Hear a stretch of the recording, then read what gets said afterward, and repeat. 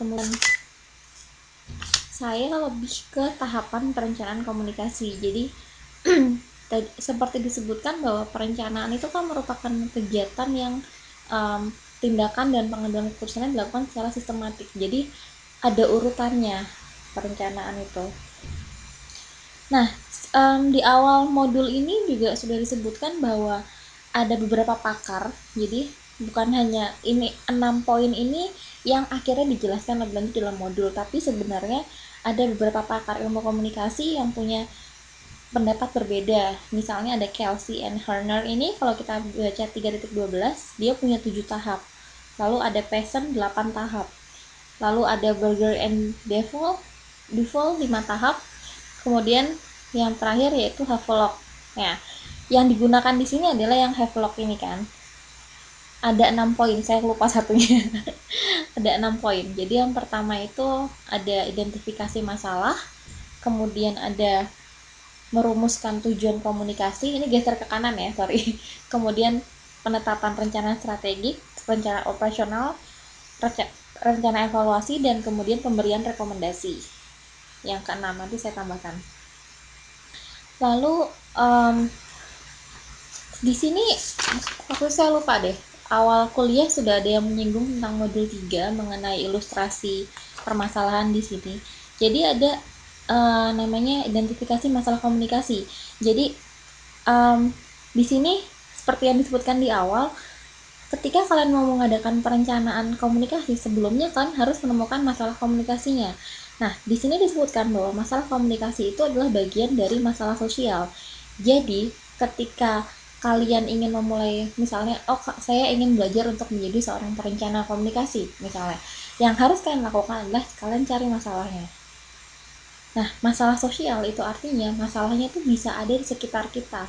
Kita nggak perlu harus cari tahu melalui internet atau buku atau televisi misalnya. Kita bisa juga lihat dari sekitar kita.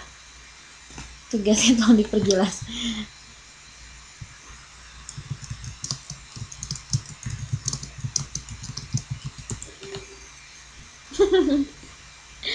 Oke, nah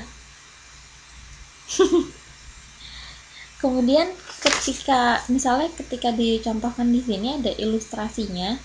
Jadi ketika mencari masalahnya pun bukan hanya sekedar kita cukup melihat, ternyata misalnya di ilustrasi ini kan disebutkan ada angka kematian bayi itu tinggi. Lalu setelah dilihat ternyata dokternya itu, keberadaan dokter di sana kurang. Lalu penyebab berikutnya adalah sarana prasarana yang kurang. Tapi ternyata ada masalah lain di situ. Masalah lainnya adalah ternyata pengetahuan ibu di situ mengenai kesehatan anak juga kurang. Jadi ada masalah lain gitu. Nah, di sini disebutkan ada 2 masalah. Yang pertama itu kebutuhan yang misalnya terkait dengan kebutuhan yang dirasakan dan kebutuhan yang sebenarnya. Kebutuhan dirasakan itu kebutuhan yang misalnya Mbak rasa, kayaknya ini perlu untuk memecahkan suatu masalah. Misalnya tadi yang dirasakan, yaitu misalnya, ketika angka kematian bayi kurang, sebenarnya ini kita perlu dokter. Tapi kita juga perlu sarana prasarana misalnya. Tapi kebutuhan nyata satu lagi yaitu kebutuhan yang sebenarnya atau real needs itu kebutuhan nyata tapi belum dirasakan sebagai kebutuhan, yaitu tadi misalnya tentang pendidikan.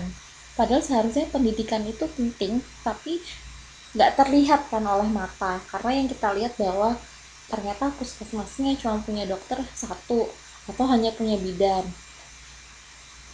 Itu siapa?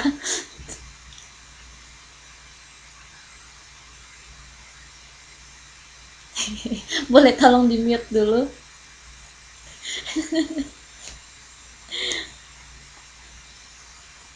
Gak apa-apa Mbak.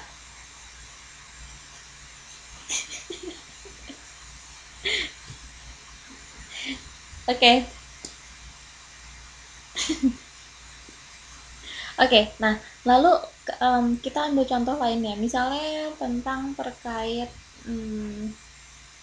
saya mungkin ambil contoh yang paling dekat misalnya dengan mahasiswa Indonesia di Taiwan misalnya. Sebenarnya ada masalah apa mahasiswa Indonesia di Taiwan? Misalnya tentang kurangnya misalnya informasi tentang makanan halal misalnya gitu. Lalu kemudian pertanyaan yang kedua, oh itu jadi masalah ya buat mahasiswa Indonesia gitu. Memangnya kenapa gitu? Misalnya ternyata karena di setiap universitas itu tidak selalu ada masjid atau ada musola. Nah, kemudian setelah kita lihat lagi, padahal sebenarnya masalah yang lebih penting itu bukan hanya bagaimana menemukan makanan halal atau bagaimana tentang tidak adanya tempat ibadah gitu, tapi sebenarnya masalah yang utama itu bagaimana menyiapkan orang-orang Indonesia atau mahasiswa Indonesia ini bahwa mereka itu akan pergi ke negara yang bukan Islam yang agama mayoritas gitu kan. Kadang orang lupa bahwa yang mereka sudah mengeluh, aduh nih saya nggak bisa ketemu, aduh nih, padahal sebenarnya dari awal mentalnya sendiri tidak dipersiapkan untuk menghadapi negara yang misalnya bukan orang-orang muslim mayoritasnya kan gitu. Kadang-kadang banyak orang kaget. Nah tapi hal-hal itu mungkin kita nggak sadar gitu, mungkin kita lebih sibuk mikirin gimana ya cari makanan halal atau gimana ya kita bisa sholat 5 waktu, sholat 5 waktu gitu tanpa kita harus misalnya jamak. Nah tapi masalah lainnya itu sebenarnya bagaimana kita juga bisa berpikir toleransi bahwa di sini itu kita istilahnya kita itu di sini kayak pendatang, jadi kita seharusnya juga bisa memecahkan masalah sendiri. Nah kurang lebih kayak gitu. Tapi kita kan suka, aduh ini orang Taiwan nih memang ya misalnya kan kita kadang suka seperti itu, tapi kita juga kadang kita adaptasi nggak dengan lingkungan sekitar. Nah itu yang sebenarnya tadi kebutuhan nyata tadi yang ada, tapi kita tidak merasa sebagai kebutuhan, kita nggak merasa kalau kita adaptasi, kurang lebih kayak gitu. Nah itu kenapa ketika kalian mau mengidentifikasi masalah disebutkan bahwa kita harusnya merumuskan dengan bentuk pertanyaan.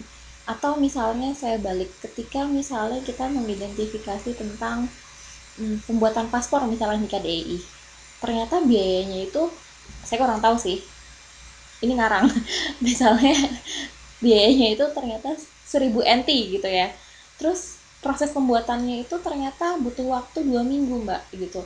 Lalu mbak berpikir gitu, kenapa sih kok lama banget, padahal kan cuman bikin paspor aja gitu, terus kenapa biayanya ternyata mahal, kurang lebih kan seperti itu. Terus kalian lihat lagi, kalian datang ke KDI, kalian lihat, oh ternyata staffnya itu yang mengerjakan cuma 3, oh makanya lama, staffnya cuma 3. Nah terus kalian cari lagi kenapa cuma 3 gitu, apa memang karena dari kebijakan dari imigrasinya hanya mengizinkan 3 orang, atau memang misalnya ternyata yang 3 orang ini mereka tuh sambil kuliah, jadi mereka part time misalnya, jadi kan waktu mereka nggak cuma untuk ngurusin pekerjaan tapi juga ngurusin kuliah misalnya atau belajar bahasa. Nah ketika kalian mau cari masalah itu kalian harus cari pertanyaan sebanyak mungkin sampai kalian bisa menemukan masalahnya, masalah sebenarnya atau masalah yang setidaknya menurut kalian tuh ini menarik untuk diteliti. Sampai di sini ada pertanyaan?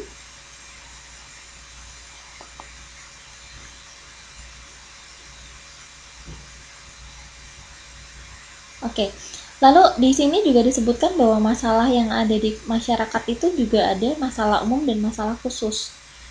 Masalah umum ya pasti masalah yang melibatkan banyak pihak atau banyak sektor, sedangkan masalah khusus itu biasanya bisa dipecahkan oleh pihak tertentu atau juga mungkin terjadi dalam satu lingkup tertentu.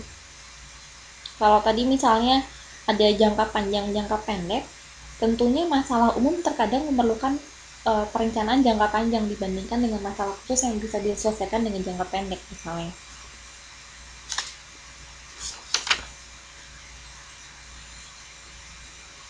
Lalu dibagi lagi itu ada perumusan tujuan komunikasi. Nah, ketika kalian sudah menemukan masalahnya, ini agak diperhatikan ya karena saya mau ngasih tugas berdasarkan ini juga.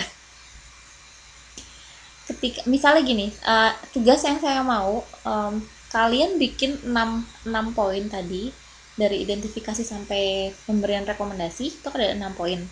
Nah, masalah komunikasi di sini saya masih membebaskan tapi lebih ke dalam lingkup misalnya komunikasi misalnya terjadi di kalangan misalnya buruh migran Indonesia, kalian bisa mengidentifikasi masalahnya apapun,